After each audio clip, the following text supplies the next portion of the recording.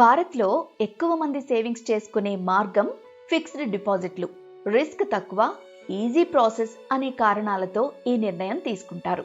అయితే డిపాజిటర్ వీలునామా రాయకుండా మరణిస్తే ఆ ఎఫ్డి డబ్బులను వారసులు చట్టపరంగా ఎలా క్లెయిమ్ చేసుకోవచ్చు? అందుకోసం ఏం చేయాలో తెలుసుకుందాం. వీలునామా లేని సమయాల్లో మరణించిన వారి పిల్లలు, జీవిత భాగస్వామి, తల్లి అందరికీ సమాన హక్కులుంటాయని నిపుణులు అంటున్నారు.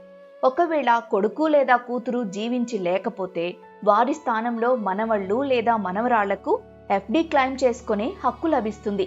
నిజానికి చాలా బ్యాంకుల్లో ఎఫ్డి చేసినప్పుడే నామినీని రిజిస్టర్ చేస్తారు. కానీ నామినీ పూర్తి హక్కుదారుడు కాదని నిపుణులు అంటున్నారు. నామినీ అంటే ఒక ట్రస్టీ మాత్రమే అని చెబుతున్నారు. వాళ్ళు బ్యాంకు నుంచి డబ్బు తీసుకుని చట్టపరమైన వారసులకు అందించాల్సి ఉంటుంది. క్లెయిమ్ కోసం depositor death certificate, KYC documents check చేసి బ్యాంకులు నామినీలకు ఎఫ్డిలోని డబ్బులు అందిస్తాయి. కానీ నామినీ ఎప్పుడూ వారసులకు జవాబుదారీగా ఉండాల్సి ఉంటుందనేది నిపుణులు చెబుతున్నారు. నామినీని రిజిస్టర్ చేయకపోతే క్లెయిమ్లకు కొన్ని అదనపు డాక్యుమెంట్లను సబ్మిట్ చేయాల్సి ఉంటుంది. డిపాజిటర్ డెత్ సర్టిఫికేట్ తో పాటు తామే వారసులం అని చెప్పే ఐడెంటిటీ, అడ్రస్ ప్రూఫ్, అఫిడవిట్లు బ్యాంకుకు సమర్పించాలి.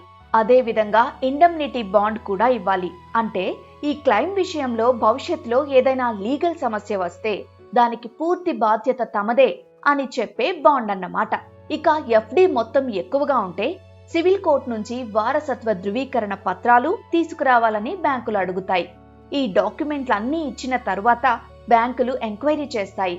ఎలాంటి వివాదం లేదని నిర్ధారణ అయితే 3 నుంచి 6 నెలల్లో ఎఫ్డిలోని డబ్బును చెల్లిస్తాయి.